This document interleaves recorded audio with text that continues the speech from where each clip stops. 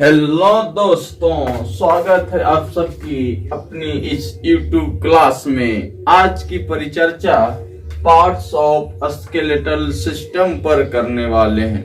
अगर अभी तक आप वीडियो को सब्सक्राइब नहीं किए हो तो सबसे पहले वीडियो को सब्सक्राइब कर दीजिए और आपको जितना भी मित्र पढ़ता है सभी मित्र के पास इस लिंक को क्या कर दीजिए, शेयर कर दीजिए, सभी को बता दीजिए। स्केलेटल सिस्टम साइंस का सबसे इम्पोर्टेंट टॉपिक माना जाता है। आइए तो शुरुआत करते हैं। हम पिछले दिन स्केलेटल सिस्टम के बारे में बताया था और आज हम उसके पार्ट्स को देखेंगे कि पार्ट्स कौन कौन होते हैं। It consist of the bones of the flowing four body part. हमारे शरीर में चार ऐसे बॉडी पार्ट्स हैं जो स्केलेटल सिस्टम का सबसे प्रमुख हिस्सा होता है। अब वो कौन है चार, उसके बारे में देखते हैं। सबसे पहले तो एक खोपड़िया देख रहे हो जिसको स्कल बोलते हैं, फिर बैकबोन और स्पाइन, जो इस पीठ के पास जो रिब केज जो बना हुआ है ये हो गई। फिर उसके बाद ये रिब्स हो गई, यहाँ पर वाला जो देख रहे हो रिब्स बनी हुई है। फिर उसके बाद लिम्स पैर में और हाथ में होती है। ये चारों के बारे में हम एक एक करके डिटेल में देखेंगे, एकदम डिटेल में देखेंगे। जहां पर भी प्रश्न बनेगी वहां पर हम आपको इंडिकेट करूंगा। आप एक एक पॉइंट को लिख लीजिएगा, फेयर कॉपी बना लीजिएगा और इसको बार बार स्टडी करना है। वीडियो को एक बार नहीं 10 बार देखना है, ठीक ना। आइए सबसे पहले स्कल क्या है। Skull is the bony structure that surround and protects the brain। Skull जो है वह एक इस प्रकार का बोनी स्ट्रक्चर होता है, बोनी संरचना होती है जो क्या करता है, हमारे ब्रेन को जो है वह प्रोटेक्ट करता है। तो आपसे पूछी जाएगी कि हमारे शरीर का कौन सा ऐसा बॉडी पार्ट है, कौन सी ऐसी ऑर्गन्स है जो हमारे बॉडी ब्रेन को प्रोटेक्ट करता है। तो याद रखना, हमारी ब्रेन को प्रोटेक्ट कौन करता है, स्कल करता है। कौन करता है, स्कल करता है। इसकी स्ट्रक्चर कैसी होती है, बोनी स्ट्रक्चर होता है। ये प्रश्न एक बार पूछी गई थी, the structure of skull is. इसका स्ट्रक्चर कैसा होता है, स्कल का स्ट्रक्चर कैसी होती है, तो स्कल का स्ट्रक्चर बोनी होता है। याद रखना इस प्रकार का होता है, ठीक है। It is made up of 22 bones which are joint permanently. Permanently का मतलब हमेशा, जो हिल डोल नहीं कर सकता, एक बार जुट गया सो जुट गया। तो हमारी स्कल जो है 22 अस्थियां 22 बोन्स से जुड़ी होती है। तो आपसे पूछी जाएगी कि स्कल जो है कितनी बोन्स से जुड़ी रहती है, तो याद रखना 22 बोन्स। 22 बोन से हमेशा के लिए जुड़ी रहती है, जो कभी मूव नहीं कर सकता। जैसे ये उंगली में यहाँ हड्डी है, यहाँ हड्डी है, यहाँ हड्डी है, इसको यहाँ से मोड़ दी, यहाँ से मोड़ दी, यहाँ से मोड़ दी। लेकिन ब्रेन के पास ऐसा नहीं है कि आप यहाँ से मोड़ दोगे, यहाँ से मोड़ दोगे, यहाँ से मोड़ दोगे, यहाँ से मोड़, ऐसी नहीं है बोन। ठीक, इसमें स्कल में ये हमेशा जुड़ी रहती है। कितनी बोन्स, तो 22 बोन्स। कोई दिक्कत यहाँ तक नहीं। यहाँ देखिए, these are not movable expect one which helps to talk and chew food the lower jaw. कहता है कि ये कभी मूव नहीं कर सकता, ये इसको कभी मूवमेंट नहीं करा सकते, एक्सेप्ट इस बल्कि जब आप किसी से बात कर रहे हो, जैसे हम बोल रहे हैं, तो लोअर जा और अपर जा का अप डाउन हो सकता है। खाना खाएंगे, भोजन को चबाएंगे तो लोअर जा से अपर जा के बीच में अप डाउन हो सकता है, लेकिन स्कल में कोई भी ऐसी बोन्स नहीं है जिसको आप मूव करा सकते हो, मूवमेंट करा सकते हो। स्कल में ऐसी कोई भी अस्थियां नहीं पाई जाती है जिसको आप आसानी से क्या करा सको, मूव करा सको। ये सबसे बड़ी फैक्ट है, ये पॉइंट आपको याद ही रखना पड़ेगा कि स्कल में जितनी भी बोन्स पाई जाती है, 22 बोन्स जो पाई जाती है, वह कभी मूव नहीं कर सकता। इसके अलावा जब आप बात कर रहे हो या भोजन को चबा रहे हो या फिर लोअर जा की सहायता से जो भी काम कर रहे हो, इसके अलावा अपने स्कल की किसी भी बोन को मूव नहीं करा सकते। अप डाउन हो सकता है लेकिन मूव नहीं कर सकता। क्या ऐसा कभी हुआ है कि यहाँ नीचे वाला जो लोअर जा है, पहले इसको उठाओ या इसको बैठाओ, इसको अभी चुपचाप ऐसे ही रहने दो, क्या ऐसा होता है? नहीं होता छोटे। ये हमेशा परमानेंटली ज्वाइंट रहता है, परमानेंटली जुड़ा हुआ है, इसलिए इसको हम मूव नहीं करा सकते। तो हम कोशिश करते हैं कि आपको ये पॉइंट समझ में आ गई होगी। तीनों पॉइंट को आपको याद रखना है स्कल के बारे में। स्कल का स्ट्रक्चर बोनी होता है, किसको प्रोटेक्ट करता है? ब्रेन को प्रोटेक्ट करता है। स्कल में कितनी अस्थियां होती है? 22 अस्थियां होती है, यानी 22 बोन्स होता है। स्कल की सहायता से हम बात तो इसमें जो बोन्स पाई जाती है इससे टाल्क तो कर सकते, च्यू फूड तो कर सकते लोअर जा की सहायता से, परंतु इसको मूवेबल नहीं कर सकते, मूव नहीं करा सकते, इसको मूव नहीं करा सकते। अब देखिए दूसरा नंबर है बैकबोन और स्पाइन। याद रखना, इस बैकबोन जो देख रहे हो यहाँ पर, इसी का एक और नाम होता है स्पाइन। बैकबोन या स्पाइन बोलते हैं। तो स्पाइन आप लोग देखे होंगे ना, रिंग की जैसा होती है, ऐसे करके ऐसे जुड़ी रहती है, ऐसे करके ऐसे करके ऐसे करके जुड़ी रहती है ना, उस प्रकार का। The backbone is also called vertebral column. यही तो सबसे बड़ी बात है कि वर्टिब्रल कॉलम, हम बैकबोन का ही दूसरा नाम क्या होता है? Vertebral column. वर्टिब्रल कॉलम किसे कहते? तो वर्टिब्रल कॉलम भी बैकबोन या स्पाइन को कहते हैं, बैकबोन या स्पाइन को कहते हैं। याद रखना, भूल मत जाना, बैकबोन और स्पाइन को ही क्या कहा जाता है? Vertebral column. उसके बाद it is composed of 33 small ring like vertebral joint end to end. जैसे मान ले जाए कि यह एक संरचना थी, यहां से लेके ये मतलब कि ये इसके साथ जाके जुड़ी हुई है, एक इंड से दूसरी इंड तक एक प्रकार से जुड़ी रहती है, रिंग की जैसा, स्पाइन की जैसा। एक कितनी रिंग की जैसा?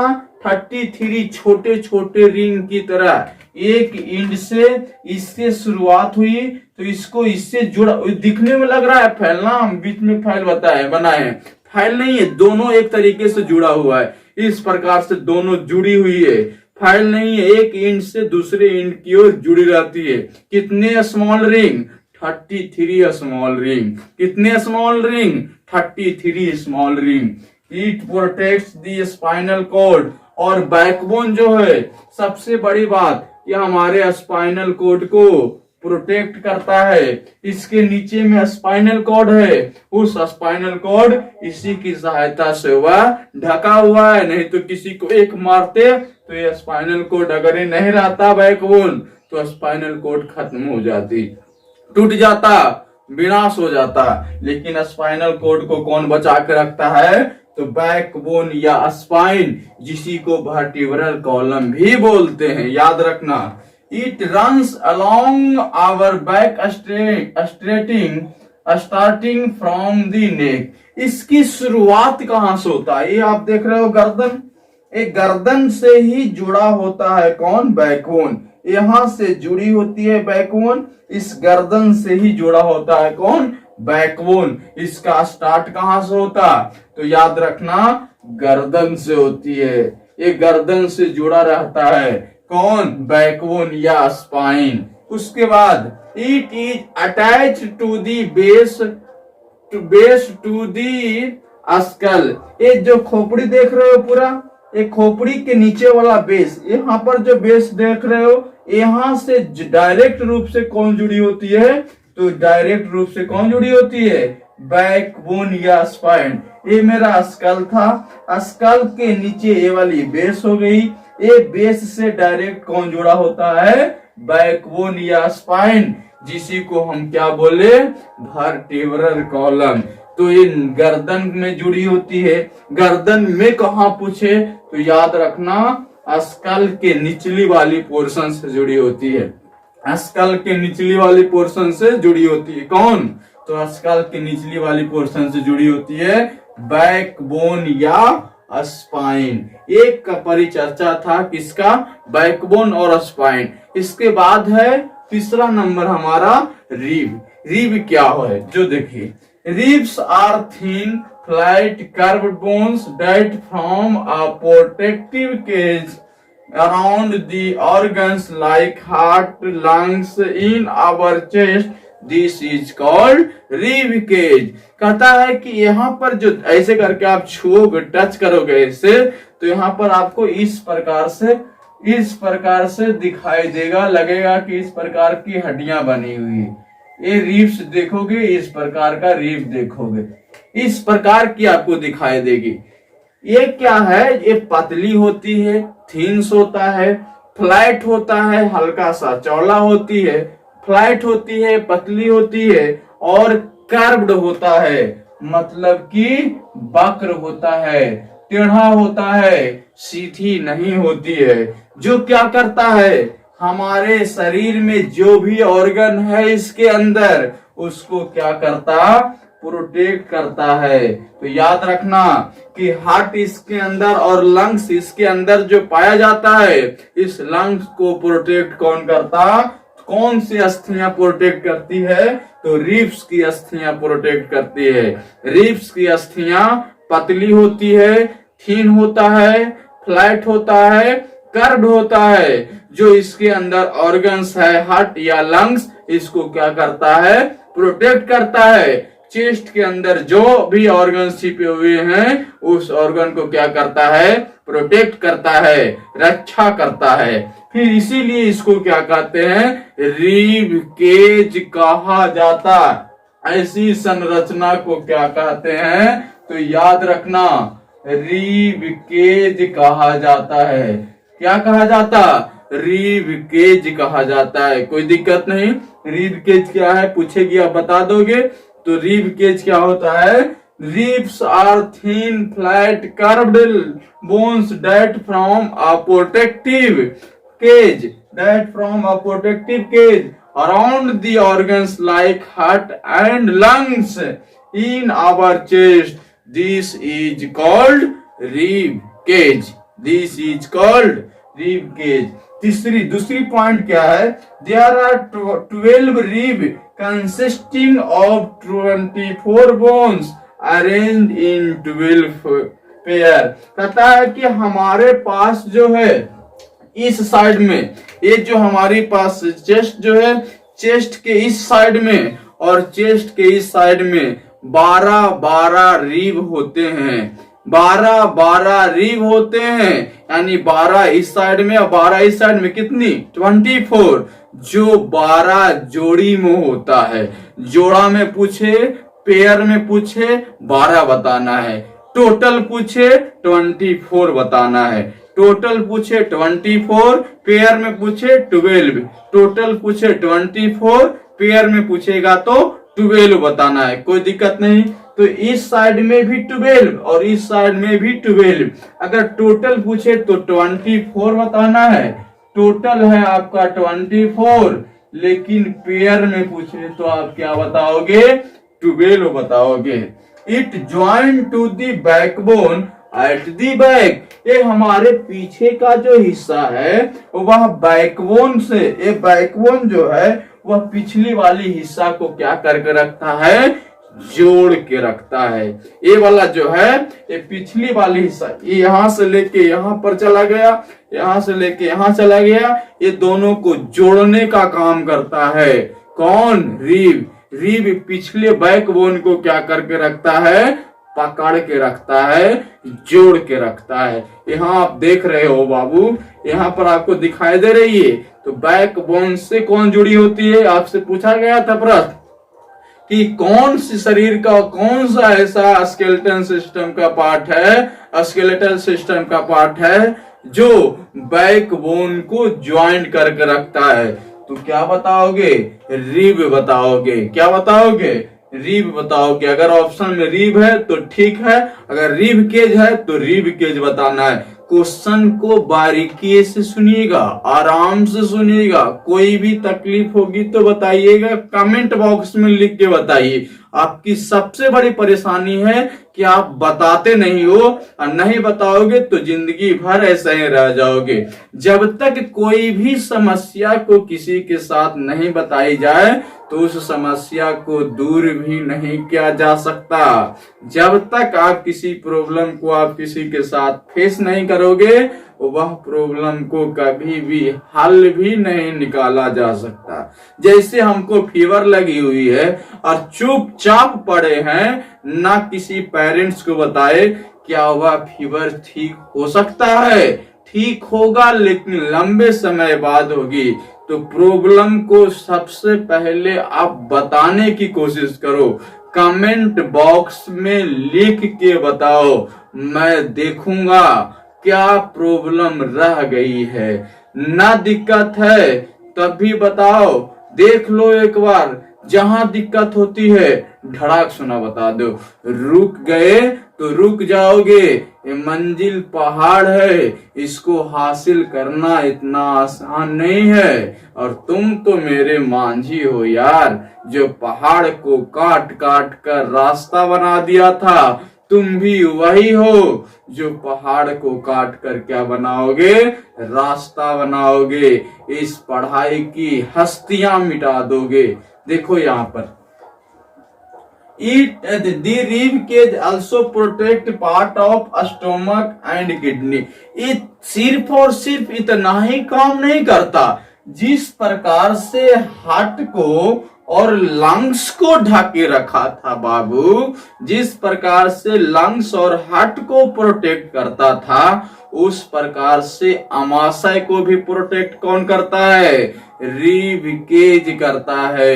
रिब केज के नीचे में अमाशय होती है, लेकिन इसका भी प्रतीक्षा कौन करता है, रक्षा कौन करता है, रिब करता है। और उससे सबसे बड़ी बात, जो ब्लड को प्यूरिफाई कर रहा था, ब्लड को शुद्धिकरण कर रहा था किडनी, उसका भी प्रोटेक्शन, उसका भी सुरक्षा कौन करता है, उसका भी सुरक्षा रिब्स करती है।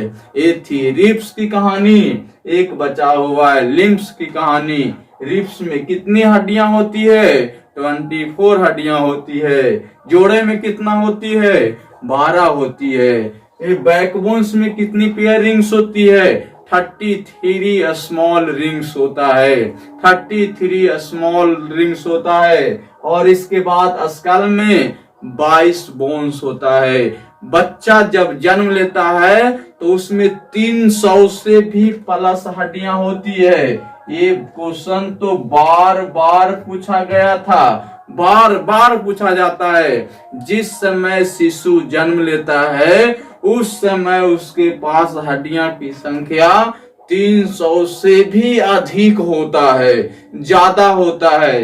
लेकिन जब वही बच्चा जब विकसित कर जाता तो उसके पास हड्डियां की संख्या 206 होती है, क्योंकि एक हड्डियां दूसरी हड्डी से जुड़ जाती है और वह एक हड्डी बन जाता है। आपको बताया था कार्टिलेज जो बहुत मुलायम होता है, यह नोज में और ईयर में पाया जाता है। इस पॉइंट को तो आप याद ही रखना। इसी को इलास्टिक भी बोले थे, तो याद रखना। आपको हमको समझ से लग रहा है कि आपको एक एक पॉइंट समझ में आई होगी। अगर अब भी दिक्कत है तो आप कमेंट करके बताइएगा, और इस लिंक को छोटे रिक्वेस्ट करते हैं, बार बार रिक्वेस्ट करते हैं, सबके पास भेज दो, सभी दोस्त को बता दो, सभी लोग को बता दो कि अब रुकना नहीं है, न झुकना है, हमेशा आगे बढ़ते रहना है। सभी के साथ भेज दीजिए, और वीडियो को लाइक और सब्सक्राइब करना नहीं भूलिएगा। तब तक आप क्या करो, एक स्क्रीनशॉट ले लीजिए, एक स्क्रीनशॉट ले लीजिए, और इसके बाद फिर मिलते हैं एक नई क्लास के साथ। तब तक के लिए थैंक यू, धन्यवाद।